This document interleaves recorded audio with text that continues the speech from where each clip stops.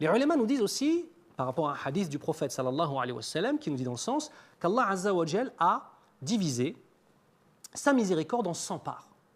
Et il a laissé une seule part de sa miséricorde sur cette terre. Donc il y en a 99 qui restent. Et c'est par cette part de miséricorde que la mère aime son enfant. Et que l'animal sauvage ne dévore pas ses petits. Et que l'oiseau retourne au nid pour rapporter la subsistance. C'est-à-dire c'est un élément, cette miséricorde, cette seule part de miséricorde vient rayonner sur l'univers tout entier.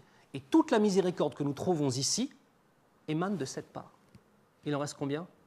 99. Qu'Allah Azza wa Jal a réservé pour ses adorateurs pieux et pieuses. Allahu Akbar. Rappelez-vous toujours d'une chose, mes frères et sœurs. Le joyau de l'adoration, c'est le tawhid, l'unicité absolue d'Allah. Et ne pourra atteindre le tawhid, l'unicité absolue d'Allah Azza wa Jal à travers l'adoration que ceux et celles qui ont compris une chose fondamentale. Allah Azza wa Jal est tout-puissant, il nous aime, il est le seul à mériter l'adoration. Et là où, dans la société matérialiste moderne, nous mettons au centre de nos vies notre âme, et on va construire notre vie autour de notre âme, autour de notre soi-disant bien-être personnel, de notre développement personnel.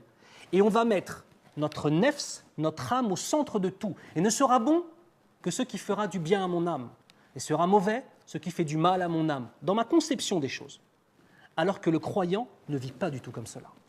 Le croyant vit en mettant, d'une façon qui sied à la perfection d'Allah Azza wa Jal, il met Allah Azza wa Jal au centre de toute chose.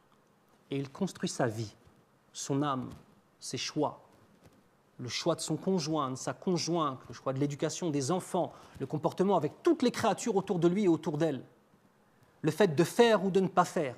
Il met au centre de tout cela Allah, Ar-Rahman Ar-Rahim. Et nous construisons nos vies autour de cela.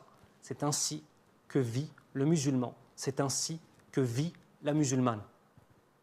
Et si on prend un autre modèle que celui-ci, Wallahi, mes frères et sœurs, la vie où l'on met notre âme au centre de tout ne mérite même pas le coup d'être vécue. Wallah masakin ahl dunya.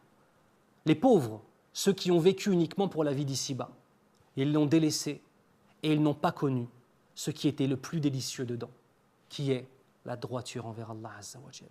Qu'Allah nous accorde la droiture, Ya Rabbal Alamin.